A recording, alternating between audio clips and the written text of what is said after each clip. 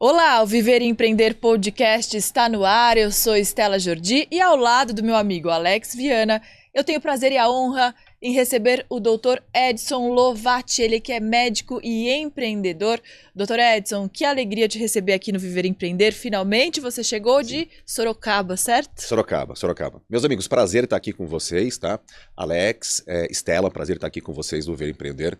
É, sim, muito prazeroso estar aqui, poder contribuir um pouquinho com a minha história e poder trocar um pouquinho de informações com vocês. Obrigado pelo convite. A gente que agradece, né, Alex? Que obrigado. legal, tem uma fera da medicina aqui com a gente. Sim, muito obrigado aí por você comparecer aqui no podcast do Viver e Empreender TV e esperamos que você nos conte um pouquinho da sua história e passe coisas importantes que a gente precisa, né, Estela? Para o nosso público, para os nossos telespectadores, ouvintes também do nosso podcast. Mas antes de qualquer coisa, antes de começar a falar sobre a sua história, explica para a gente qual é a sua área de atuação na medicina, qual é o foco do seu trabalho atualmente. Legal, boa pergunta. A medicina é muito ampla, né? Nós conversávamos um pouquinho aqui em off, a medicina é muito ampla, né?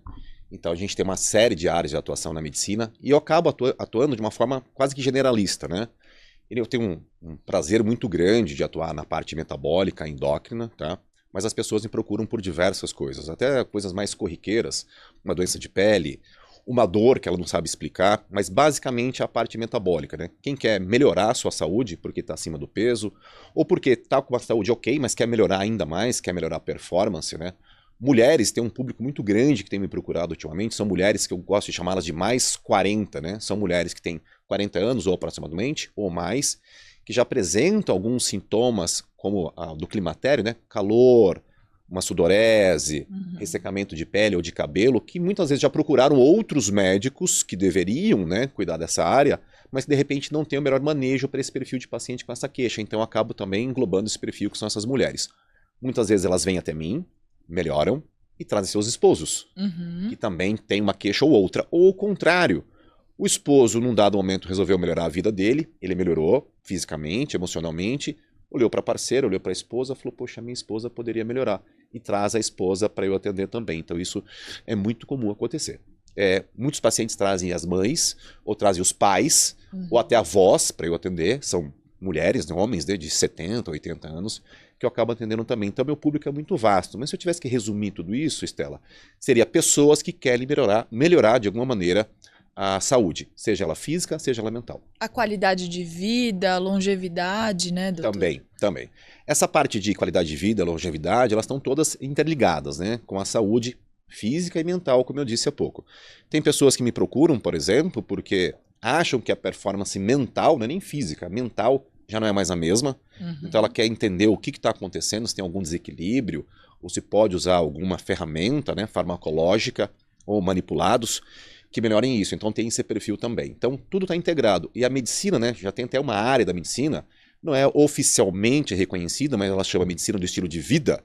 Ela também já está começando a ganhar um conhecimento maior e um reconhecimento maior da área médica e dos pacientes. Acho que mais os pacientes que têm procurado os médicos, e os médicos têm que, então, entender como que é a medicina do estilo de vida para poder trazer um bem-estar para esse paciente. E a medicina do estilo de vida vai compreender tudo isso, né? O bem-estar físico, o bem-estar emocional, o bem-estar mental, o sono, a atividade física, a alimentação.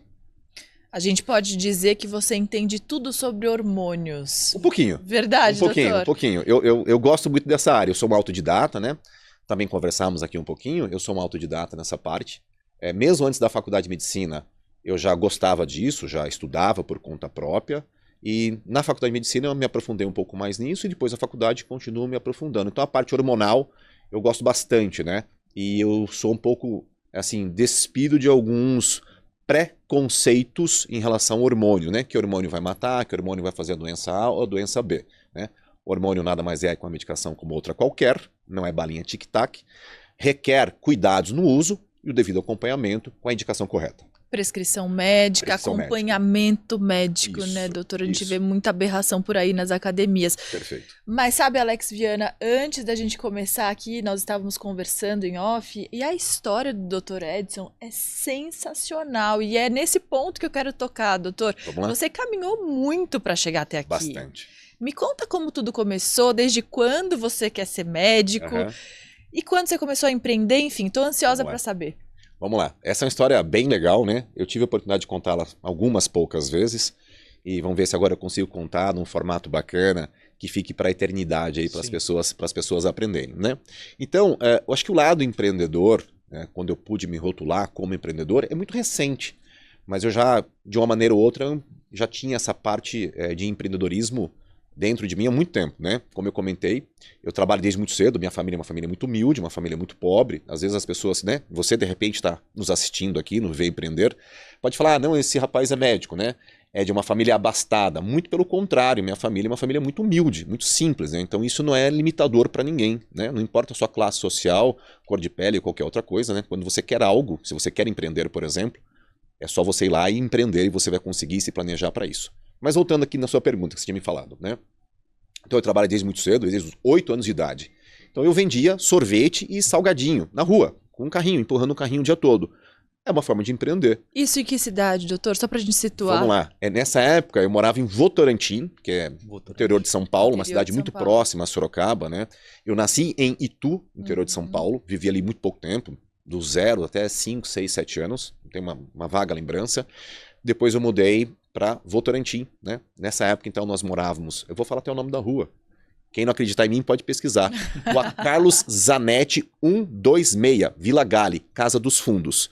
2 cômodos e um banheiro do lado de fora. Onde tudo começou. 7 pessoas. Uau! Eu, mais 4 irmãos, meu pai, minha mãe. Eram 2 cômodos, né? Era um quarto, todo mundo morava naquele quarto, dormia naquele quarto, e um outro cômodo que era a cozinha. E o banheiro era do lado de fora. Telha, as pessoas chamavam de Eternite, né? Aquela que tinha amianto, hoje é fibrocimento, né? Aquela telha de Eternite, toda aparente e chovia dentro. Aquela telha fininha, bem fininha. Aquela mesmo, que é super fria no inverno e super quente no verão. Essa mesmo. Que é a realidade grande maioria. Então, assim, eu morava numa casa desse jeito, nos fundos, porque na frente tinha uma outra casa que morava uma outra família. Essa era a minha realidade. Então eu comecei a empreender nessa época, porque eu vendia sorvete e salgadinho na rua. Né? Pegava ali o carrinho, saía vender, andava pelo bairro, por várias ruas, por outros bairros, né? Com uma vergonha terrível. Sempre fui uma pessoa muito tímida, uma criança muito tímida. Mas eu tive que vencer essa timidez de alguma maneira por uma questão de sobrevivência, né? Porque a minha mãe, ela era doméstica e do lar. E hoje, né? Hoje quase não tem mais nos ônibus a figura do cobrador de ônibus, né? Mas nessa época, a gente estava falando de 40 anos atrás, meu pai era cobrador de ônibus. Então, quanto ganhava um cobrador de ônibus, né? Para pagar aluguel, sustentar 5 filhos, né? Um cachorro vira-lata e a esposa que vez ou outra conseguia trabalhar fora ou não. Então era bem difícil, né? Então, para eu conseguir as minhas coisinhas, eu... Batalhava desde cedo. Desde muito cedo, né? Minha primeira bicicleta e única foi eu que comprei com meu dinheiro, né? Tem a história do videogame, eu vou contar a história do videogame para vocês, depois eu vou chegar nessa parte. Eu queria ter um videogame, na época, quem é mais velho vai entender, o Atari. Atari era o videogame da época, né? Legal, bacana, né? E tinha um similar, que era um videogame que você punha os mesmos jogos, mas era de uma outra marca. Era um CCE. Essa marca nem existe mais, né? Era um CCE. Então eu falei, vou comprar um videogame. Eu e meu irmão mais velho do que eu. Nós trabalhamos assim uns 4, 5 meses os dois, guardamos dinheiro. Nessa época nós morávamos numa chácara. Foi anterior a Votorantim. Foi posterior, perdão. Foi um pouquinho depois. Morávamos numa chácara. Meu pai era o caseiro. Como meu pai era um homem que tinha muitas habilidades manuais, meu pai também trabalhava como pedreiro. Aí ele foi trabalhar como pedreiro para a dona da chácara. E quem ficou de caseiro? Eu e meu irmão. Eu tinha 10 anos, meu irmão 12. Nossa. Nós cuidávamos assim, umas, 200, 300 galinhas de corte, mais umas 50, 100 galinhas caipiras, uns 50 porcos, piscina, gramado, pomar, cães da chácara. Tudo eu e meu irmão que cuidávamos. Ali você já aprendeu sobre gestão, né, doutor? Muito. Já foi um belo estágio. Gestão de tempo e dos sentimentos, porque era muita raiva para pouco dinheiro. Aí, o que aconteceu? Muito bom esse ponto. Não, eu vou te contar essa história, foi sensacional. Aí eu falei, bom, vamos comprar um videogame. Comprar um videogame, eu e meu irmão, né? Guardamos dinheiro e compramos um CCE, porque é o que dava. O Atari era muito caro. Vamos jogar, né? E só tinha uma TV em casa. E era preto e branco, né? Porque era muito caro, né? Meu pai falou, não pode, estraga a TV. Tinha um mito que se você plugasse o videogame na TV, estragaria a TV. É verdade. A gente deixou o videogame guardado mais uns 6 meses. Para poder comprar uma televisão.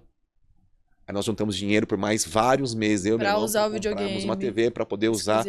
E eu comprei uma TV colorida. Melhor do que a do meu pai. Aí a gente conseguiu jogar videogame depois de 6 meses que eu tinha comprado. Isso com 10, 11 anos. Eu tinha 10 anos. 10 anos. 10 anos eu tinha. 10 anos. A bicicleta foi parecida também. A TV que eu comprei era usada, tá? A bicicleta, a dona da chácara tinha dinheiro, né? Uhum. Era uma corretora de imóveis, até hoje ela é uma corretora, ela é uma senhora hoje, né? Em Sorocaba, essa imobiliária. Não vou fazer merchan dela não, tá bom? Não vou. Não Ela merece. sabe quem é. Ela sabe quem é. Se eles me verem, eles sabem com quem eles estão falando. Então foi assim, eu queria ter uma bicicleta, eu nunca tive uma bicicleta. Meu pai nunca me deu uma bicicleta. E eles tinham lá as bicicletas paradas, que eram dos filhos da dona dessa chácara.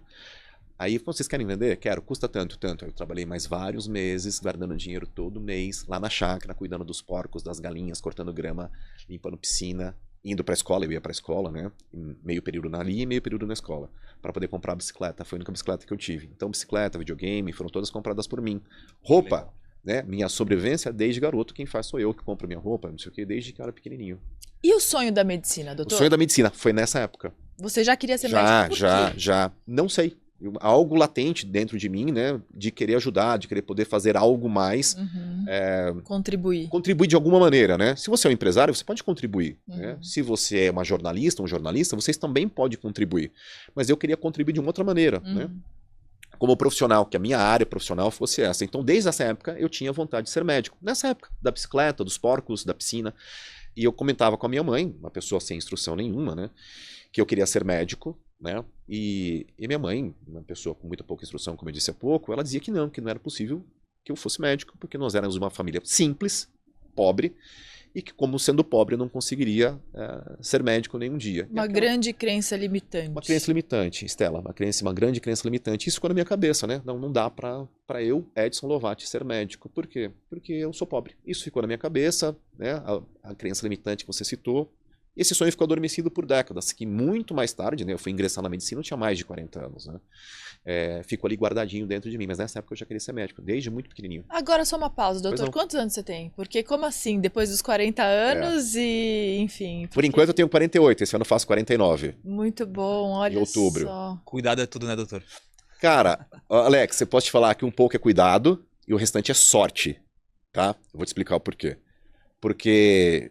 falei pra vocês, eu vendia sorvete na rua, eu nunca usei protetor solar, boné, nunca protegi o rosto. Obviamente hoje eu tenho algumas marcas, né? Até por conta disso e por conta da idade também. Então por isso que eu falo que um pouco é genética e um pouco é sorte. Sorte por quê? Porque eu tive muita acne quando criança, nunca tratei. Então eu tive sorte de não ficar com a pele toda marcada, cheia de buraco, né? De não ter o rosto muito mais manchado, etc, tal, ou com muito mais rugas de expressão, até mesmo por conta do sol. Então o cuidado sim é importante, acho que depois de uma certa idade que eu consegui ter um autocuidado, né, comigo mesmo, com pele, com o organismo como um todo, isso me ajudou bastante. E um pouquinho de genética também, que a gente sempre conta com a ajuda de Deus para te dar uma genética minimamente boa. É isso. Doutor, e o que fez essa vontade de voltar, né? Boa, obrigado. Boa pergunta, Alex. O que deu essa vontade de voltar? Então foi um sonho adormecido, né? Que a Estela perguntou como é que surgiu a história da medicina. Então foi um sonho adormecido de criança que ficou lá guardadinho, né? Não, você é pobre, você não pode ser criança.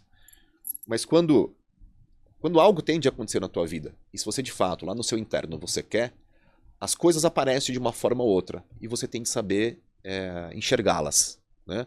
Eu sempre comento quando eu... E acreditar, além de enxergar. Estela, perfeito, muito bem lembrado, e acreditar. Apostar nesse sonho. Eu sempre comento, essa frase ela serve em vários contextos, né?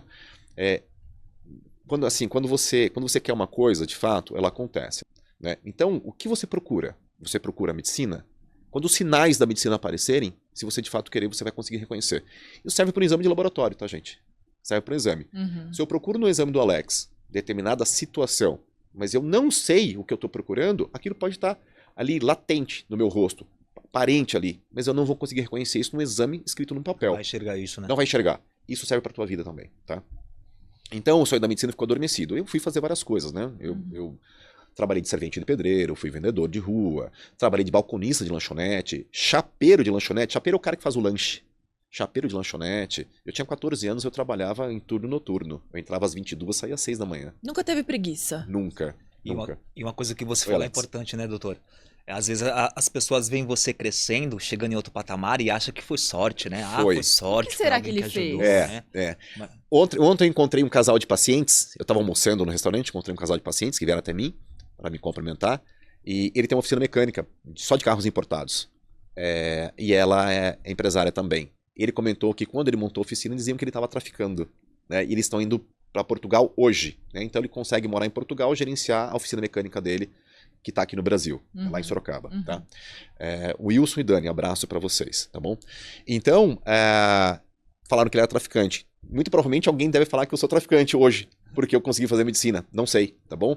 Mas esse sonho então surgiu, fui fazer muitas coisas, trabalhei em diversas áreas, né? Eu fui corretor de imóvel, fui microempresário, fiz muita coisa que vocês imaginarem, tá? E uma época eu fui propagandista de laboratório, eu trabalhei na Eurofarma, né? As pessoas que conhecem a região aqui de São Paulo, que porventura passem na Castelo Branco, vão ver ali na Castelo Branco, próximo, acho que é a Cacau Show, um prédio enorme ali, que é uma fábrica da Eurofarma. Existem outras plantas fabris. Então eu trabalhei nessa empresa, não ali na planta, né?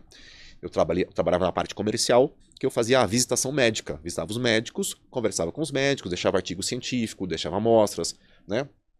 Conversando com os médicos, falando do meu produto que eu representava. Anti-inflamatórios, contraceptivos, antidepressivos e outras medicações. Então, o meu trabalho era diariamente falar com médicos. E conversando com o médico, eu comecei a ver o dia a dia do médico. E aí, isso aflorou novamente em mim aquela vontade de... Opa, peraí. Quando eu era criança, quando eu tinha lá meus 8, 10 anos... Deixa eu tirar meu sonho da gaveta. Deixa eu desengavetar esse troço aqui. Vamos ver o que acontece. Foi aí que ressurgiu o sonho, né? Desengavetei o sonho de fazer medicina. Foi dessa forma. Tá? Não tem como fugir, né? Eu acho que quando você tem um sonho, de uma forma ou de outra, o universo traz isso de volta para você. Né?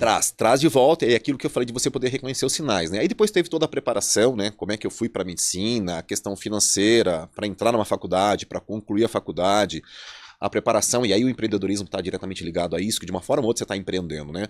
Você partir para uma área, por exemplo, eu tinha um bom salário como propagandista, né? Uma casa muito confortável que eu havia construído num condomínio, né? Uma época eu construí casas para vender também, né? Então eu trabalhava numa empresa, tá?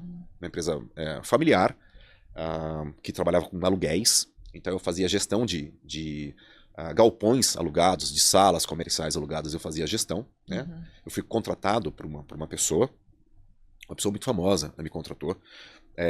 Eu fui trabalhar nesse lugar, então eu fazia essa parte dessa gestão toda. Então eu ganhava um dinheiro, eu guardava esse dinheiro, e eu falei, poxa, o que eu posso fazer para rentabilizar mais o meu dinheiro, né? Bom, meu pai é pedreiro, eu trabalhei de servente de pedreiro. Eu falei, eu sei construir uma casa. Vou fazer a minha. Não, foi até antes de fazer a minha. Eu fiz casa para outras pessoas. Sim, e também fiz a minha. E também fiz a minha. Não necessariamente eu fui lá, cavei o buraco, assentei o tijolo, fiz as colunas. Mas eu falei, eu sei fazer a gestão de uma obra. Então, se o Alex é um bom pedreiro ou não, eu vou contratá-lo, eu sei reconhecer se ele está fazendo um bom trabalho ou não. Se a Estela é uma arquiteta boa ou ruim, quando ela me mandar o projeto, eu vou olhar aquele projeto e falar, esse projeto é furado, vai ficar muito caro a construção. Então, em parceria, eu não tinha o dinheiro ainda para fazer as casas, então eu sempre pegava 1 ou 2 parceiros que tinham dinheiro, mas que não tinham know-how, e eu, como filho de pedreiro, que trabalhei como servente de pedreiro na minha adolescência, eu falei, eu sei tocar uma obra.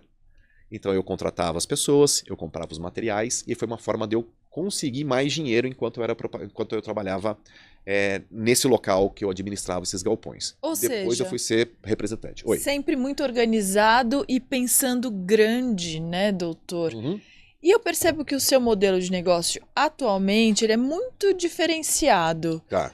Como é que você faz para se destacar no mercado com seu modelo de negócio, com a telemedicina? Conta pra gente. Tá. Como é que você chegou nesse ponto? Boa, excelente pergunta, Estela. Então, assim, as redes sociais, né? E até o pessoal que está assistindo a gente, né? Que vai acompanhar aqui o Ver Empreender, no canal do Ver Empreender, no IPTV? IPTV e agora TV Mais, lá no Rio Grande do Sul. Alô, TV Mais, muito bom estar aqui também. Né, então, estamos chegando em Rio Grande do Sul. Então tem mais 2 locais na TV que vocês vão poder acompanhar esse programa maravilhoso com a Alex e com a Estela e ver a história de várias pessoas que vão passar por aqui, que já passaram ou que passarão por aqui e tentar extrair alguma coisa daí. Acho que é bastante importante a gente destacar essas coisas. Então, assim, o que acontece no meu modelo, né? Então a gente tem que aproveitar essas fontes, as redes sociais, por exemplo, a mídia tradicional ou até a nova mídia, que seriam as redes sociais, para impulsionar o seu business, seja ele qual for. Tá? Qual é o business na medicina? Atender pessoas. O detalhe do atendimento, se é atendimento presencial, se ele é telemedicina, se você trabalha com procedimentos ou não, é um detalhe, mas você precisa dessa coisa para impulsionar. O que eu identifiquei? Enquanto eu estava no comecinho da medicina, eu não tinha rede social, não tinha nenhuma. No meu primeiro, segundo ano, eu não tinha nenhuma rede social. E alguns amigos falaram, você tem que ter um Instagram. Você tem perfil. Não entendi, Estela. Eles falavam, você tem perfil. Não era nem isso, não é nem diziam que eu tinha o perfil. Eles só diziam que eu tinha que ter um Instagram. Isso é necessário. Até pra colocar foto familiar, foto do cachorro. Aí eu, relutante, falei, bom, se estão falando que tem de ter, talvez um fundo de verdade haja. Uhum. E aí então criei lá meu perfil. Mais tarde eu comecei a perceber, simplesmente acompanhando, que era uma excelente forma de você atingir um público que você não atinge tendo um consultório na rua, no posto de saúde. Eu falei, consigo atingir gente do mundo todo, inteiro, mundo todo, o Brasil todo, Alex, o mundo todo. Então eu comecei a investir um pouquinho em rede social, fazendo postagem super simples. Pego meu celular e converso com o meu celular e posto o vídeo. Aí, posteriormente, demorou, mas eu também criei um canal no YouTube, vocês podem me acompanhar lá, é meu nome, né? Edson Lovati, tá bom? No YouTube, Edson Lovati. No Instagram é o Edson, @EdsonLovati02. No Instagram T só ou 2 T's? Um T Um T só e... Um T I. Importante. Edson, sem I, né? Edson, com D mudo, Lovati, Lovati. Perfeito. Tá bom? Então, o que aconteceu? Eu comecei a entender que o médico, para ele poder chegar em algumas situações e alcançar algumas pessoas, ele tem de estar atualizado com algumas ferramentas. E aí onde está a rede social. E eu comecei a postar vídeos, e as pessoas começaram a me procurar para fazer esse atendimento. E dentro de todas as mazelas da pandemia, a gente tem que tentar extrair o lado bom, né? Que foi a telemedicina que foi implementada e ficou. E foi regulamentada, né? Pelo CFM, pelos órgãos competentes. Sim, antes da pandemia se discutia muito a eficácia da telemedicina, como ia ser. Eu cheguei a participar de muitas discussões com médicos, de sabatinas inclusive, e não teve jeito, né? A pandemia veio para mudar mesmo e justamente fazer desse limão uma limonada. Sem dúvida. Então, assim, é tirar as boas lições de tudo aquilo que a gente teve de ruim, né? Das mazelas que houveram. Então, assim, bom, a telemedicina não consigo atingir um monte de pessoa. Ela tem limitações? Sim, ela tem algumas limitações. Eu, por exemplo, não consigo fazer um exame físico no Alex. Mas se o Alex é uma pessoa bem orientada e do outro lado tem um médico que consegue explicar as limitações e na outra ponta alguém que consegue entender, isso tudo é resolvido. Então, por exemplo, eu não consigo colocar um esfigo no braço do Alex e aferir a pressão arterial dele. Mas se eu disser para ele, Alex, compre um aparelho, de preferência de tal marca, de tal modelo, faça a aferição em tais horários, anote por tantos dias, me envie as anotações para eu analisá-las, para eu fazer uma média delas, e se é necessário eu vou medicá-lo, você resolve. Então existem sim limitações, mas existe o lado bom, que é um alcance absurdo, que em outras situações não seriam viáveis, né? Vamos voltar na história do que você tinha me perguntado, da minha especialização, do que eu trabalho, do que eu gosto, a parte hormonal e dos pré-conceitos que eu também havia dito. Então, o que acontece? Existe um grande preconceito com o uso de hormônio. Hoje está diminuindo, mas ainda é enorme. Tá? Enorme. E vai continuar sendo, infelizmente. Eu entendo porque acontece, até pelos abusos que você falou em academia na abertura do programa. Né? Então, o que acontece? A pessoa está na região X. Na região dela não tem ninguém que está livre desses preconceitos em relação ao hormônio. E é um homem que está tendo um problema de ereção, ou uma mulher que está tendo um problema ligado ao climatério. Ela já passou em 2, 3, 4 médicos. Esse homem também. Mas na região dela não tem ninguém. Ela descobre que na internet tem um médico, ou tem vários médicos, que conseguem ajudá-la, ou ajudá-lo, por meio da telemedicina. Então isso é um lado que a gente tem que levar em consideração, esse alcance que tem para limitações que existem, regionais e por conta de preconceitos com alguns tratamentos. É uma grande luz, né, Alex, para quem Sim. não tem esse acesso. E justamente a gente estava falando também antes de começar a entrevista sobre o papel do médico nessa parte de informar os pacientes. Você utiliza muito a internet para isso também, né, doutor? Bastante.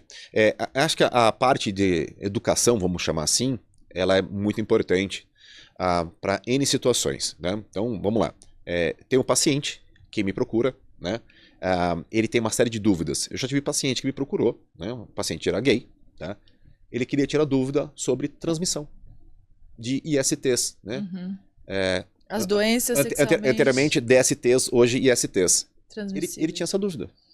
Porque talvez, isso eu já não sei, eu não cheguei a perguntar, talvez ele tivesse tentado tirar essa informação em algum lugar e não conseguiu. E não conseguiu. E isso que eu ia comentar com você, é importante essa questão da telemedicina, porque muitas pessoas não têm informação. Não tem. E aí, fazendo a consulta com você por telemedicina, essa pessoa consegue se informar e não consegue se prejudicar lá na frente. A gente consegue mitigar algumas prejudica. coisas. A gente consegue mitigar algumas coisas, né? Então, a pessoa, de repente, não tem essa informação. E quando a gente coloca uma informação na internet, né?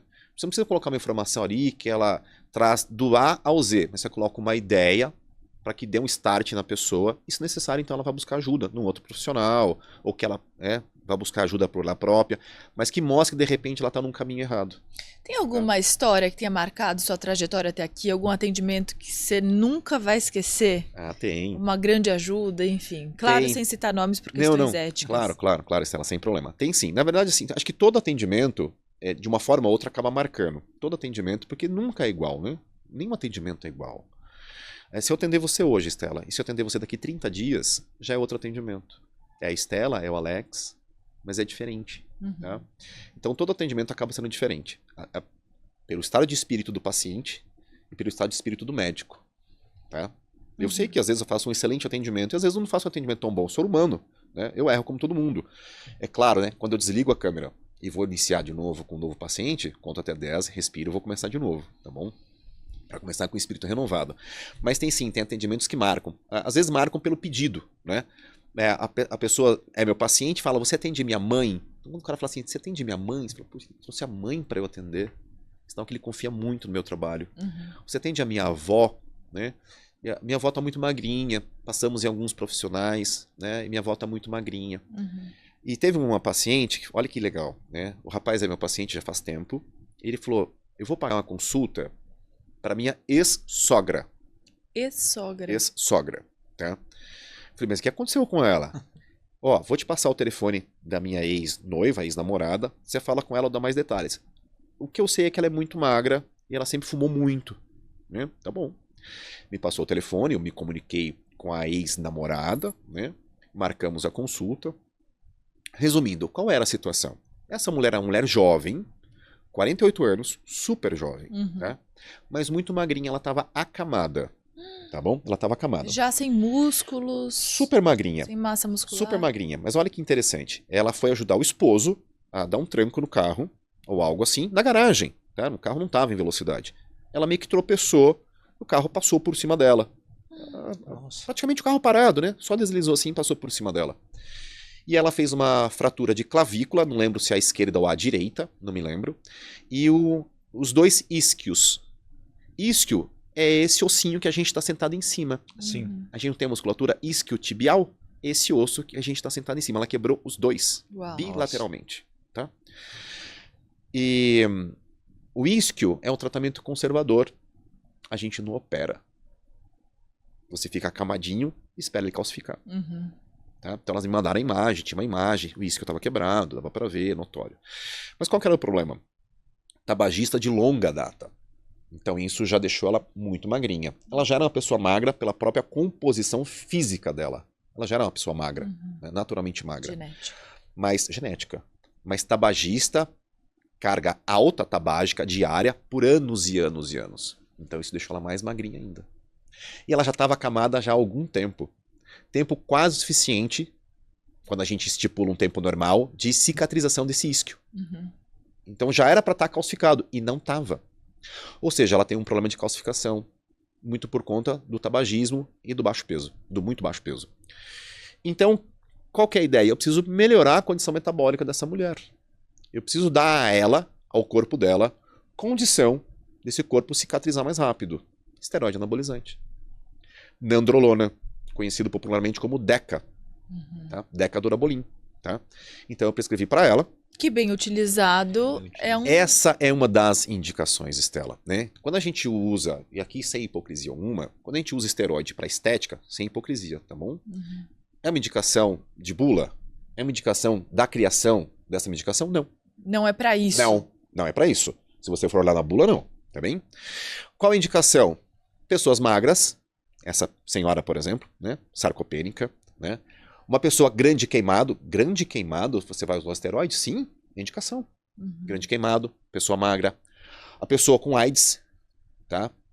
Não estou falando HIV positivo, a pessoa com AIDS, com a doença em desenvolvimento. Então, uma série de condições que vai diminuir a capacidade metabólica. Vai estar sarcopênica, uma série de condições, tá? Citei aqui 2 ou 3. Então, essa foi a indicação. Eu preciso melhorar a condição metabólica dela, né? Melhorar a síntese proteica, para que tenha uma calcificação melhor. E existem vários artigos, vários estudos da decadurabolin no aumento da massa óssea, da densidade mineral óssea. Então, é uma indicação desse esteroide para melhorar a condição óssea. Nessa indicação eu fiz a prescrição. E aí você precisa ter essa visão geral do ser humano, né, Precisa. doutor? E Precisa. aí você deve fazer várias perguntas chaves. E qual foi a principal ali, para você entender qual era o problema Nesse caso, a história. Eu acho que a história, as perguntas são importantes, como você falou, pergunta-chave, mas a história, você juntando as perguntas e o contexto da história é que você chega num resultado. Então, eu sempre penso assim, quando eu vou preciso fazer um diagnóstico de alguma coisa, a minha mente está uma tela em branco. E eu começo a perguntar para o Alex... Sem preconceitos. Sem preconceitos. Se eu vir com preconceito, aí não dá certo. Meu diagnóstico ele já está equivocado, muito provavelmente, Alex. Tá? Então, você vem até mim com uma queixa de dor. Eu tenho que investigar essa dor. Aonde, tipo, quando começou, se tem atenuantes, se tem agravantes, se você tomou alguma medicação, se já teve isso antes, se teve quando foi, em qual situação. Veio com dor, você fala que é dor no abdômen. Fala, uma gastroenterite. Pronto, já ferrou todo o meu diagnóstico. Então, quando você me traz o diagnóstico, tela branca. E aí eu começo a fazer as perguntas e aí eu vou criando minhas hipóteses diagnósticas. 2, 3, quem tem uma hipótese, não tem nenhuma. Então, se você me traz uma hipótese de dor abdominal, eu não posso achar que é uma coisa. Tem que achar que, no mínimo, 2 ou 3. Tem que cercar. Pesquisar a fundo, né? Isso. 2 ou 3, tá bom? Então, nesse caso, é a história dela. Jovem, 48 anos. Mas veja bem, com 48, muito provavelmente ela está próxima da menopausa. Então, ela já não tem um estradiol tão bom, uma progesterona tão boa. Né? Que são hormônios que ajudariam, tá? Ela já estava acamada há algumas semanas. Então, ela já tinha uma sarcopenia pela própria imobilidade. Tabagista de longa data. Mulher é mais suscetível a problemas ósseos do que homem, tá? Principalmente nessa idade ou acima dela, né? Que já começa a ter uma perda de cálcio, começa a perder osso. Então essas perguntas são importantes. Hábito alimentar. Quanto você come? Que hora você come? O que você come? A qualidade do alimento. Qualidade do alimento, tá? O sono reparador. Se eu não tenho um sono reparador, todo o organismo fica complicado. Então essas perguntas vão trazendo. Então a própria condição dela. E era muito claro, né? Era uma fratura. Então eu preciso melhorar essa situação. Esse foi um caso importante que eu achei bem legal. Excelente, doutor. Agora pegando o gancho do preconceito, já que a gente abriu esse programa, eu abri esse programa, falando sobre os absurdos que se cometem nas academias, pessoas que tomam hormônios sem orientação médica, sem acompanhamento principalmente. Quais são os maiores mitos sobre o uso de esteroides e como quebrar os preconceitos? Como é que você faz para convencer a pessoa de que ela tem que tomar aquilo e que aquilo é bom para ela? Bom, vamos lá. Dos absurdos, né? Absurdo, seja ele qual for, né? Abuso de qualquer substância, não deveria ser feito. O hormônio não é diferente disso, né? Então, eu tenho aqui uma caneca de água. Vamos imaginar que essa caneca de água aqui, ela veio de uma rocha cristalina, tá? Pô, é água, isso é da rocha, cristalina. Eu posso tomar um montão, então? É água, né? Tá 18 graus brotando aqui da rocha. Tome 30 litros no dia. Você explode. Veja o que acontece. Muito provavelmente você vai fazer uma hidronefrose, tá? Ou você vai perder tanto eletrólito que você vai fazer uma arritmia, você vai infartar ou vai AVCzar. Mas era água, mas era em excesso. Tá? Então os extremos são ruins. Nem água de mais, nem água de menos. Né? Quando a gente fala em estética, eu falei agora há pouco, sem hipocrisia, pode ser feito uso de esteroide, na minha visão, para função estética? Pode. Eu não posso fazer uma intervenção no meu abdômen porque eu acho que está ruim, cirúrgico. Não posso fazer mama, prótese, porque eu acho que não está legal e isso diminui minha autoestima? Pode. E não vejo nenhum problema, porque se diminui sua autoestima, vai mexer com o seu psico. Tá? É invasivo, você tendo os cuidados, não vejo o menor problema. Então eu posso fazer uma série de procedimentos invasivos para estética, devidamente acompanhado com um profissional habilitado. Por que eu não posso de maneira acompanhada, alguém habilitado, acompanhar de forma racional, sem beber 30 litros de água, de esteroides para estética? Então, é essa diferença que eu não gosto muito, tá? Então, na minha visão, sim, pode. Aí você tinha me perguntado de mitos, né? Sim. Tá, um dos maiores mitos dos esteroides é que, vamos falar de testosterona, por exemplo, é que o uso de testosterona vai fazer câncer de próstata, tá? E que a reposição hormonal em mulheres pode fazer câncer, né? De útero, de mama. Então tem 2 grandes mitos que estão ligados a câncer, homem, mulher. Tá? Onde começa, e aí quem está assistindo a gente, aqui no Vem Empreender, né, não precisa acreditar em mim, tá? Vai lá na internet agora, no seu buscador de internet, e você vai pesquisar, né? Huggins, laureado Nobel 1941. Vocês podem procurar lá. Câncer de próstata, vocês vão procurar. Então o que acontece? Um médico, um estudioso, em 1940, tá? Huggins, E o que ele imaginou, né? Começando estudos com testosterona, que o uso da testosterona poderia fazer câncer de próstata. Então ele pegou um número muito pequeno de pessoas, se não me engano eram 3 pessoas, tá? E acompanhou por 2 semanas. Então um estudo pequenininho, por um tempo pequeno. Ele usou um marcador que chamava fosfatase ácida. Se eu desse testosterona para aquele homem e depois medisse a fosfatase ácida antes e depois, e ela subisse, câncer de próstata. Então era um marcador que não se usa na época que ele usou. Tá bom? Então foi um estudo mal conduzido. Só que em 41, no ano seguinte, então, por esse estudo mal feito, ele foi laureado com o Nobel. De que testosterona provocava câncer de próstata. E isso foi e é ensinado nas faculdades de medicina até hoje. Então passa uma pessoa, ela aprende isso, passa outra. Várias dessas viram professores que começam a perpetuar essa mesma história. Tá bom? Então isso não é verdade. Mais uma vez, quem está assistindo a gente, vocês vão procurar aí Abraham Morgentaler. Né? Quem é o Dr. Abraham? O Dr. Abraham é a maior autoridade no mundo em saúde masculina. E o próprio Abraham entrou meio que nessa falácia há muitos anos. Tá? Mas, no entanto, o Abraham foi pesquisar, ele refez, né? Ele reviu toda a literatura. Em 2014, ele publicou um artigo de revisão, né?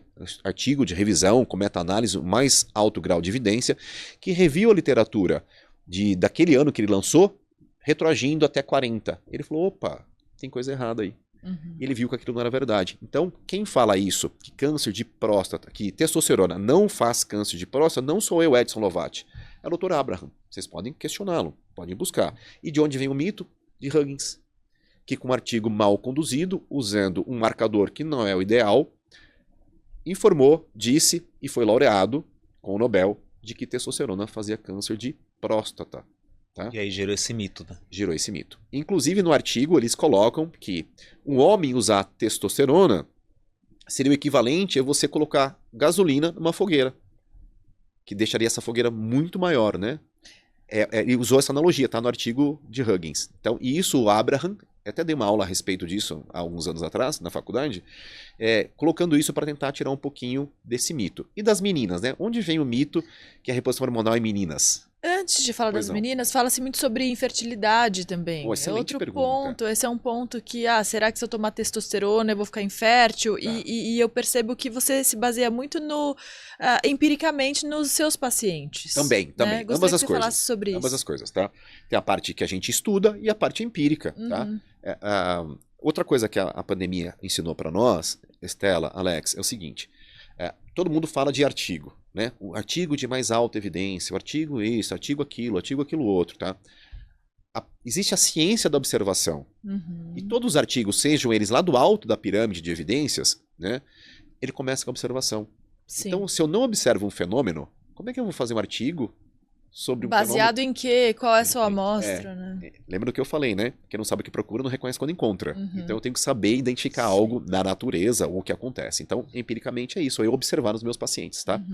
Mas o que a gente entende? A gente entende o seguinte, que quando usa testosterona, você tem uma inibição do eixo. O que é o eixo, né? É uma informação que sai de um lugar e vai para o outro, né? Então existe um eixo. Hipotálamo, que está aqui no cérebro, na base do cérebro. A hipófise, que está um pouquinho abaixo. E a tireoide. Hipotálamo, hipófise, suprarrenal, hipotálamo, hipófise, gônadas, entenda-se, testículo e ovário, tá? Então, quando a gente usa testosterona, você tem uma supressão desse eixo. Então, essa informação que sai aqui do meu cérebro e vai lá para os meus testículos, dizendo o seguinte, produzam testosterona, produzam espermatozoides, é inibida. Por quê? Porque está vindo uma testosterona de fora. Externa. Você não precisa mais produzir. Não precisa mais. É o que a gente chama de feedback negativo. Vem uma informação para o outro lado e fala assim, opa, não precisa, até cheio de testo aqui, não produza mais.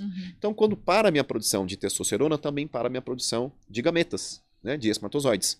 Que a gente vai ver lá os exames, o LH e o FSH, né, respectivamente, testosterona e os gametas, né, os espermatozoides. Só que quando eu retiro a testosterona, isso volta. O LH volta a ser produzido, o FSH volta a ser produzido e os gametas também. Necessariamente? Sim. Qual é o pulo do gato? O pulo do gato é o seguinte. Quando você faz as coisas por conta própria, muito provavelmente você não vai ter o cuidado que deve. Ou seja, eu vou iniciar o uso da testosterona por minha conta e risco. Não sou médico, não sou da área de saúde, mas eu vi um monte de vídeo no YouTube. Vi lá vários influenciadores. Então eu fui lá e comecei a usar testosterona, mas não fez nenhum exame antes, Estela. Então ele não fez, por exemplo, um espermograma. Então o Alex quer ser pai, só que ele já começou a usar testo, mas ele não fez um espermograma prévio. A testosterona pode deixá-lo, sim, tá? Temporariamente infértil. Ou menos fértil, temporariamente. Enquanto ele usa testosterona. Quando ele cessa o uso, lembra que eu falei há pouco? Volta-se. Só que o Alex nunca fez um espermograma. Ele não sabia se ele era fértil ou não. E ele não era. E aí ele quer engravidar a esposa e não consegue. Culpa de quem? Da testosterona. Mas ele nunca fez um exame prévio. Então você não sabia. Então como culpar? Né? Como culpar? E as pessoas culpam, tá? Outra coisa importante, isso já aconteceu comigo também, tá? O Alex, vou usar o Alex de exemplo de novo, tem um filho, ele teve um relacionamento quando garoto, 18, 19 anos, um relacionamento, né? Ele ficou para um lado, a menina ficou para o outro, ele tem um garoto, ele tem um filho, aquele relacionamento não foi adiante. Passaram esse tempo, o Alex foi para academia, treinou, usou esteroide por conta própria, ele é fértil, ele tem um filho. Ele é fértil, ele tem um filho, tá? A gente não sabe o quão fértil ele era. Né? Se no volume ejaculado tinha um gameta ou tinha milhões, a gente não sabe. Mas, enfim, tem um filho. De alguma maneira ele é fértil. Só que ele foi usar testosterona. Ele estava solteiro, usou testosterona e saiu com um monte de gente. Teve relação sexual desprotegida. Contraiu uma IST. ISTs tem trofismo pelas células reprodutivas. Traduzindo, né? Tecla SAP, destroem a produção de gametas, de espermatozoides. Olha só. Só que ele nem soube que ele tinha uma IST. Ele tomou lá, ele tinha uma dor de garganta numa mesma época, um pouco depois, algum antibiótico e resolveu as duas coisas. Ou ele até soube e tratou essa IST, mas nem se deu conta do que poderia ter acontecido. Passado um tempo, o Alex arrumou uma menina, uma namorada, casou e quer ter um filho com aquela companheira atual, porque ele já tem um filho e não consegue. Ah, culpa da testosterona que eu usei quando eu estava solteiro. Só que ele não se lembrou, ou nem soube, que ele teve uma IST que destruiu a produção dele de espermatozoides. Olha só, pouquíssimo se fala sobre isso. Ninguém fala. Eu nunca encontrei ninguém falando, só eu. Sensacional. Não vi ninguém Olha, falando isso. Informação é tudo, né, Alex? É a falta de informação. Acho que a única pessoa que eu vi falando isso foi eu nunca vi ninguém falando. Eu já vi uma porção de gente, né, como eu pesquiso bastante, falando coisas que não são corriqueiras, né, serem faladas. Então eu falo, nossa, que legal, esse cara falou isso, eu nunca tinha visto, poucas vezes eu ouvi. Mas Por isso... tabu ou falta de interesse? Ambas as coisas. Tabu e falta de interesse. Eu acho que essas duas coisas andam juntas, né? Quando você tem um preconceito de algo, por que você vai pesquisar aquilo? Claro, Estela, você já tem um preconceito, você não vai pesquisar. E, Você não doutor, vai a fundo, né, Estela? sim, Oi. muito importante. Por isso que esse programa existe, né, Alex? Porque a gente programa tá aqui é sensacional. justamente para falar sobre esses tabus, Muito bem. sobre os porquês, os caminhos, como você chegou Aham. a esse sucesso todo na internet, que eu vejo que você tem muitos seguidores que conversam com você, que Sim. engajam com você, que Bastante. isso para mim é sucesso, não o número de seguidores de fato, mas como você se comunica com eles e a relevância na vida deles, né, doutor? Mas continuando, você estava falando das mulheres, do uso de, então, de testosterona. Uso de hormônios para as meninas. Pras De onde meninas. vem o mito, de onde vem o Isso. preconceito, já que a gente falou do preconceito da testosterona para os homens. Né? Exatamente. Então, Huggins, lá, década de 40. As meninas, algo mais recente, tá? Tem um estudo que chama podem pesquisar também, WHI, tá? Iniciativa para a Saúde da Mulher, né? Tá no inglês, WHI, tá? Vocês vão pesquisar isso daí também, não precisa acreditar em mim. Use isso como uma referência, algo para desconfiar, para vocês irem fazer a pesquisa, tá? Então, o WHI foi um estudo muito grande. Inclusive tem uma postagem no meu Instagram que eu falo do WHI, né? Se correr lá o feed, vocês vão encontrar, né? Eu falo do WHI e falo um pouquinho do que eu vou falar aqui agora.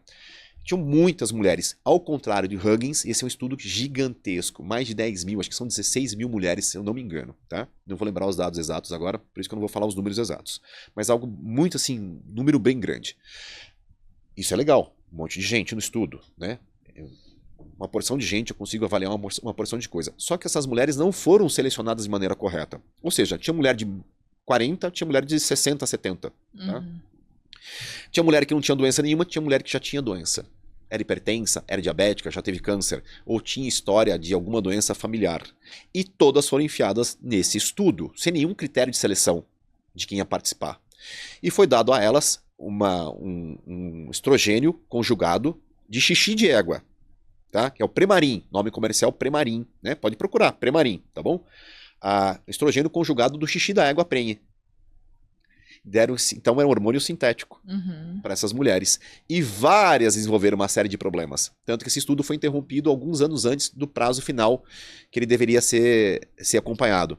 Né? Então era para ir até o ano X, ele foi 2, 3 anos antes do ano X, por conta dessa série de problemas. Mas quem causou o problema? Foi o hormônio? Não, foi a seleção das pacientes que não teve critério algum. Tinham suas comorbidades. Um monte de coisa, Estela.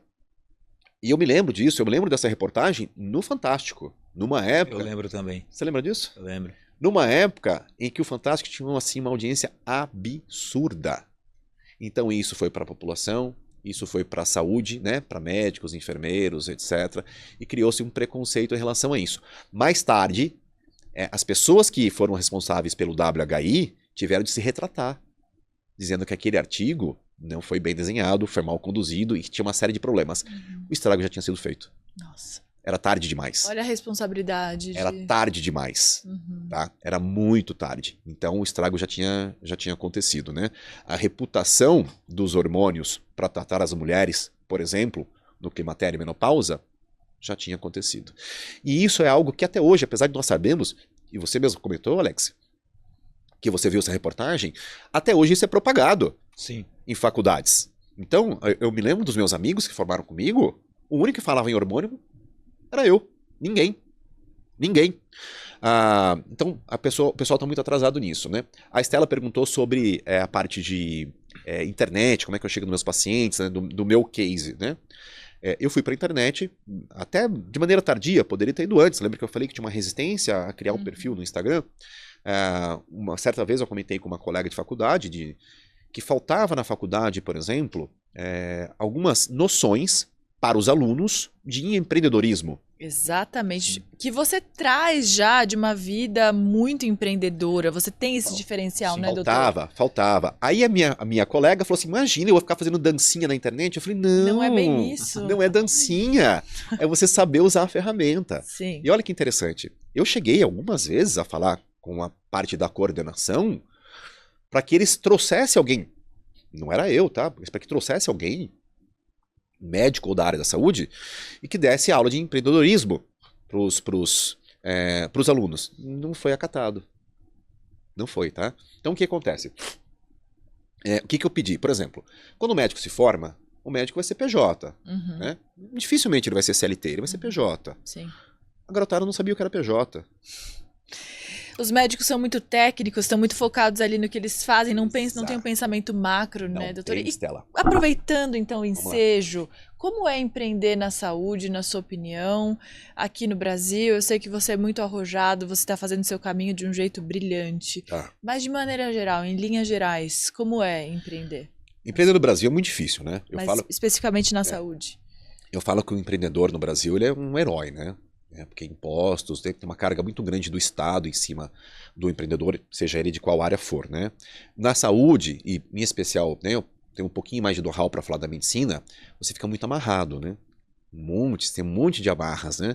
Tanto quando eu fui abrir o meu CNPJ, eu coloquei algumas linhas de atuação. O meu contador ficou louco, ele falou, nossa, o que é isso? Porque eu estava assim, edição de livros. Eu sou pós-graduado em educação, né? Edição de livros, pós-graduação, não sei o que, UTI imóvel. Tem um monte de coisa no meu CNPJ. Para quê? Para eu estar coberto. Tá? Então, vou lançar um livro. Mas você é médico, você vai lançar um livro? Não, pode olhar no meu... Eu tenho autorização, não tem nada errado. Você já lançou livro, já lançou curso, né, doutor? Eu tenho um e-book, né? Não dá para falar que é um livro, né? Mas eu tenho um e-book, tá? Acho que é o único na área também, né? Que, inclusive, é uma forma, quando a gente tinha falado de cuidados, de precaução, de educação, é uma forma de acabar ajudando o usuário de esteroide, que faz tudo por conta própria, a pelo menos não contrair uma infecção.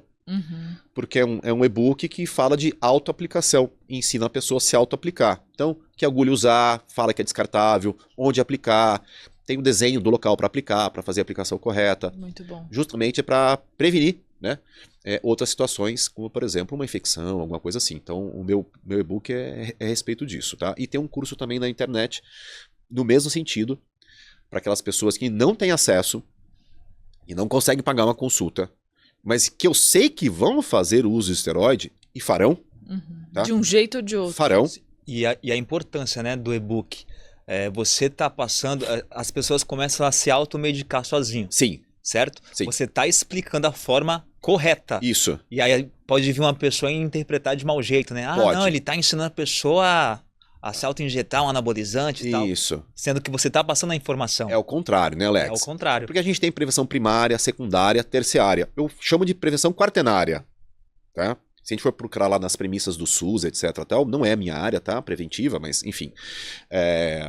Eu chamo de prevenção quaternária, tá? Então, quando eu fiz minha pós-graduação em educação, eu até mandei o meu livro para minha orientadora, né? Para ver o que ela achava, porque ela realmente trabalha com atenção primária. Então, na atenção primária, a gente tem esses cuidados, né? Atenção primária, secundária, terciária. Eu falo que é uma prevenção quaternária essa situação, tá? Então, na parte de empreender, eu tenho esse meu curso também, que é no mesmo sentido de poder ajudar as pessoas, porque elas farão uso. Tá? Elas farão. Mas o que acontece? O médico é muito amarrado em várias coisas, né? Tem, acho que 2 exemplos muito claros. É o médico e o militar, né?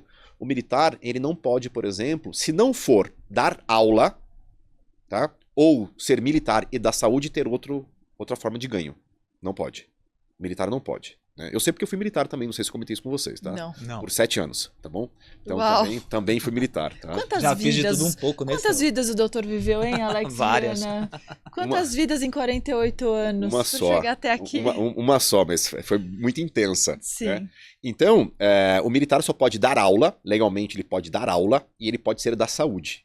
Ele não pode ter uma outra profissão. O militar, por exemplo, ele não pode, por lei, ter uma rede social e ser remunerado. Ele não pode monetizar um canal no YouTube, porventura, que ele tenha. O médico também é muito cerceado em algumas situações. Eu não vou discutir se isso é certo ou errado não, mas ele é muito cerceado. Então o médico, por exemplo, ele quer fazer, sei lá, ele quer fazer ozônio. Não pode. O biomédico pode, o físio pode, o dentista pode, o médico não pode. Existe um rigor maior aqui no Existe. Brasil em relação aos Existe. médicos, à formação. Existe. O médico ele quer fazer, por exemplo, procedimento na face. Toma cuidado, porque talvez você vai ter problema. Então o médico é muito cerceado. Então o empreender no Brasil, para o médico, ele é bastante difícil, mas tem campo sim. Tem muito campo. Um campo, por exemplo, é você mostrar o seu trabalho. Não importa qual área seja, você pode ser otorrino, você pode ser neuro, mas estar na internet. Né? Usar um programa como esse aqui, por exemplo, como Viver e Empreender. Tá? Usar a sua própria rede social para fazer isso. Então é um desafio muito grande, mas se você tem consciência daquilo, né? Se você sabe onde você está, né? E você sabe onde você quer ir, então você pode fazer isso sim. Comece, erre, acerte, corrija o seu percurso, faça pequenos ajustes, mas você consegue chegar lá. Então empreender no Brasil para o médico é um desafio muito grande, mas é extremamente prazeroso. Pelo próprio desafio em si, Stella. Acho que quanto mais desafiador mais gostoso fica quando você atinge o resultado. E o mais gostoso que atingir o resultado é o caminho, é o percurso. Acho que a minha história toda na medicina, não que eu não goste de ser médico, eu amo ser médico. Eu sou extremamente realizado sendo médico. Eu posso falar assim com todas as palavras que eu amo ser médico. E eu acho que não teria nada mais gratificante para mim, profissionalmente, do que ser médico, tá? Mas o caminho para chegar na medicina, né, o percurso que você corre, né, que você está fazendo, as coisas que acontecem, o planejamento, as decepções que elas acontecem, acho que isso é até mais divertido quando você olha para trás do que o próprio ponto que você está nesse instante. Acho que é muito mais divertido. Olha Porque que você cria uma casca, né? Você vai Enorme. criando uma defesa. E você começou desde cedo, desde pequeno. Olha Enorme, todas as Alex. coisas que você fez. Então acho que só te fortaleceu ainda mais, né? Com Sim, certeza. Sem dúvida. E doutor, qual é o maior erro dos profissionais da saúde no momento em que começam a empreender, pela sua visão? O maior erro deles, eu acho que é planejar demais, executar de menos. Eu quero fazer, então a pessoa se planeja por anos e não coloca em prática, não faz. Fica paralisado. Fica paralisado, Stella, fica paralisado. Eu acho que a palavra é essa, fica paralisado. E aí começa, mas onde eu errei? Mas você não errou ainda, porque você nem começou. Né? Então o erro é não começar. O erro é não ter começado, então você só erra quando você dá início. Não importa se foi 1 passo, se foram 1000 passos. Mas o erro é só quando você começa e a pessoa de repente não começa. Né? Então, mais uma vez, vou pegar meus amigos que formaram comigo. Né? O mercado da medicina mudou muito. Né? Se nós voltarmos alguns anos, o médico era um produto quase escasso, tinha muito pouco. Hoje tem um monte de médico, um monte, e eu percebo isso. Né? Então eu participo de alguns grupos, né, onde as pessoas estão passando os plantões. Então tá eu, tá a Stella, tá a Alex e mais um monte de gente, somos médicos. A Stella não quer fazer o plantão hoje à noite, ela vai lá e escreve, passo o meu plantão. Ah, aparece 5, 6 pessoas, eu pego. Assim, uma disputa para pegar o teu plantão. Uhum. Se a gente voltar alguns anos, você ia ficar sofrendo para passar teu plantão, porque não teria médico para pegar. Então hoje tem muito mais médicos. O que acontece com o valor do que você recebe? Diminui. Lei da oferta e da procura. Uhum. Né? Por que eu comentei isso? Para poder te responder no sentido seguinte. Então, formou comigo lá meus 80 amigos. Uhum. Né? Obviamente eu não converso com todos eles, mas alguns que eu vejo, eles estão batendo cabeça para conseguir trabalho. E as pessoas falavam assim alguns anos atrás, você é médico, você não fica sem trabalho, vírgula. Não é bem assim. Não era, hoje não é. Hoje mudou, o cenário mudou. Se você não ficar atento, você vai ficar sem trabalho. Ou você vai ter um trabalho que você vai receber muito menos. Não valeu o esforço que você fez. Seja para entrar na faculdade pública, seja na particular e pagar a particular. Não vai valer a pena. Você vai ganhar muito pouco. Então, qual é a maior dificuldade deles? Saírem dessa corrida de ratos, né? Tem lá no livro do Robert Kiyosaki, né? Pai Rico, Pai Pobre. Uhum. Vocês já leram? Claro, uma bíblia. Excelente esse livro. Inclusive, o presidente... Belíssima dica de leitura, inclusive. Vou dar dica de leitura para vocês Por também. favor, Aproveitem e vou dar dica de leitura para vocês. Então, assim, ele não consegue sair dessa corrida de ratos. Aí eu me formei plantão. Não, calma, gente. Calma. Você tem um outro caminho. Você sabe fazer o quê? Eu sei fazer. Você é bom nisso? Eu sou bom em atenção primária. Uhum. Quem recebeu aqui um médico falando de atenção primária? Alex Viana. Recentemente, né, doutor Isso. Thomas Papa. Isso, exatamente, que ele brincou ainda, ó. Eu tenho aparência, ele fez uma brincadeira bacana, né? Eu tenho aparência de catarinense, mas eu sou nordestino. Isso, né? Então, atenção primária. Então, se você é bom em atenção primária, Alex, vá pra internet, fale de atenção primária. Se você é bom com hormônio, se você é bom no trato com pessoas, vá pra internet e fala que você é bom naquilo. Identifique o teu público. Mostre quem você é, né? Não é fazendo dancinha. Mas eu gosto de fazer... Faz a dancinha, mas mostre então que pós-dancinha você sabe fazer alguma coisa. Uhum. Tá? Então acho que a maior dificuldade é eles entenderem o mercado atual, que é um mercado mega disputado, que cada vez vai ganhar menos. Complexo e cada vez com mais cobrança. Em que sentido? Político A ou político B, que vai no seu ambiente de trabalho, vai fazer um tumulto, vai expor você, vai deixar você contra a população. Eu tô fora desse mercado. Sem contar o Dr. Google, porque Google. A pessoa já chega lá sabendo, teoricamente, muita coisa, você tem que desconstruir, rebater aquelas... Uma série de coisas. É uma ótima colocação. Então a pessoa chega lá e fala, doutor, mas o senhor me prescreveu tal coisa, mas tal coisa eu vi aqui e não é. Então você tem que explicar, olha, dona Maria, veja bem. Essa indicação que a senhora falou realmente existe, mas por conta desse sintoma, dessa informação que você trouxe, isso aqui não confere, é isso aqui. Então entre aspas, perder 30 segundos, 60 segundos explicando para dona Maria que o que ela viu no Google não está de todo errado, mas para aquela indicação não é correta. Tá?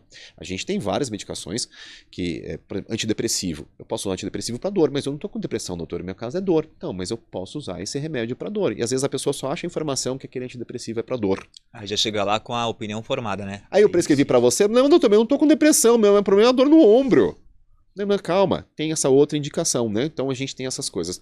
Então acho que um desafio hoje é entender o mercado que o médico recém-formado está e com base nisso ele conseguir se posicionar de forma que ele não fique preso a essas formas tradicionais. Quando eu falo forma tradicional, gente, não é fazer residência, tá? Residência, eu não fiz residência.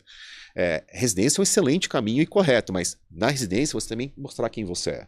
E quando você é especialista, né, otorrinolaringologista, por exemplo, como eu falei, você tem que mostrar que você é um excelente otorrino, senão você fica refém do convênio, que vai te pagar uma miséria por hora. E vai obrigar você a atender vários pacientes por hora para que você tenha um bom ganho por hora. Consequentemente, a qualidade do teu atendimento é péssimo. É péssimo. E isso, inclusive, eu cheguei a falar na própria faculdade. Né? Se eles prezavam... A minha faculdade ela foi muito boa em vários sentidos. Uhum. De fazer com que o médico entendesse que aquele momento dele com o paciente era um momento ímpar. Que ele tinha que se dedicar ao paciente. Tá? Para quê? Tem que estar presente. Para dar um bom atendimento. Tá bom? Para olhar olho no olho, né? Exato. Só que se eu, Estela, tenho que atender você correndo... porque o convênio me paga muito pouco, não vai dar. Além disso, eu vou ter que dar um outro plantão, e um outro, eu vou estar cansado. Quando eu for atender o Alex, que eu estou cansado, meu atendimento vai ser ruim. E o paciente percebe isso, né? Na hora, tá? Percebe. Então é você conseguir fazer, estar presente em determinado lugar, no nosso caso aqui a gente está falando de internet, para valorizar o teu trabalho. Isso para os médicos e para outras profissões, mas no nosso caso aqui, para médico, para você poder sair dessa corrida dos ratos. Então eu tenho, assim, poucos amigos, vou te falar que talvez 1 ou 2, no máximo, que não esteja assim, o restante todos estão. O meu caso é um caso ímpar. É assim, totalmente fora da curva. Agora, olhando para você, Alex, vou fazer uma pergunta que eu gosto muito de fazer. Que conselho você daria para você mesmo, olhando para trás, ali no comecinho da sua faculdade? O que você diria para você?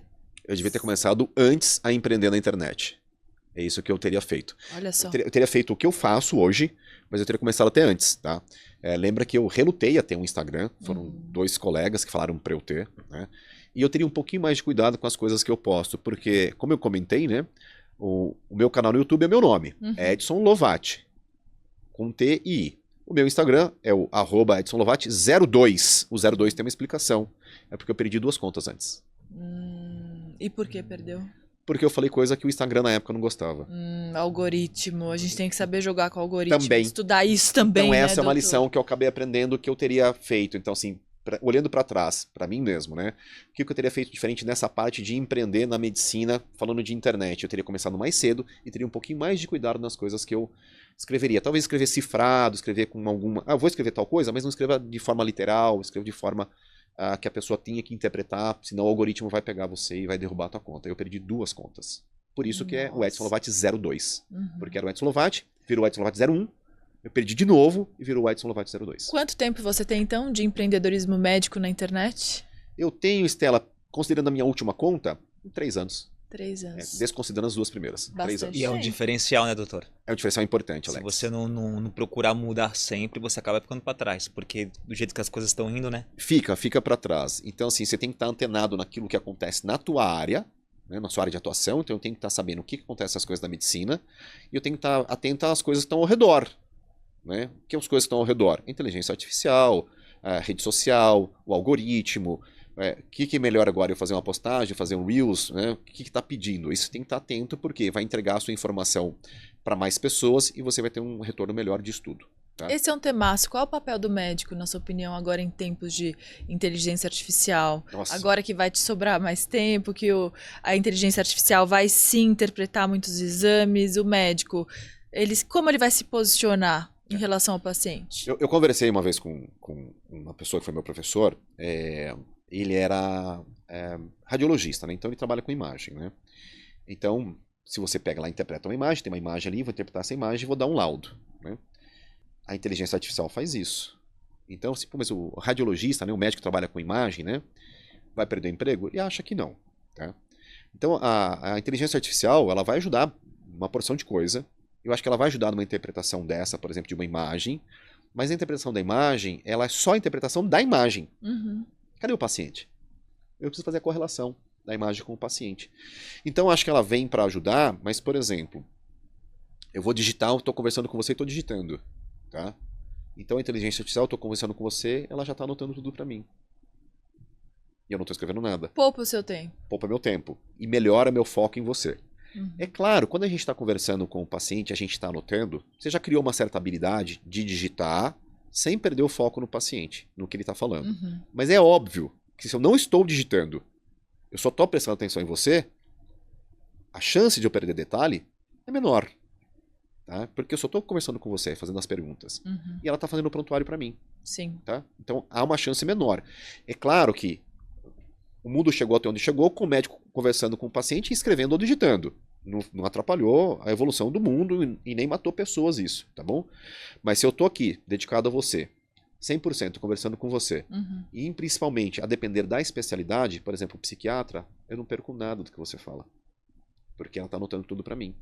Então eu não sei se vai chegar nessa situação do médico perder a profissão, perder espaço por conta da inteligência artificial, como eu dei, por exemplo, os médicos que trabalham com imagem, né? Porque você tem que fazer a correlação, tá? Senão, se eu vou fazer, a inteligência artificial vai ser um emitidor de laudo. Esse raio-x tem um pneumotórax, esse raio-x tem um hemotórax, esse raio-x está normal, esse raio-x tem uma pneumo à direita, tem uma consolidação, só vai saindo essas coisas, né? Tá bom, mas essa pneumonia que está dizendo aí, é uma pneumonia ou é uma cicatriz? E a interpretação e a gestão dessa informação, né? Então, assim, é uma cicatriz, porque se você teve uma pneumonia hoje, a gente tem um raio-x que tá, mostra a pneumonia, tá bom?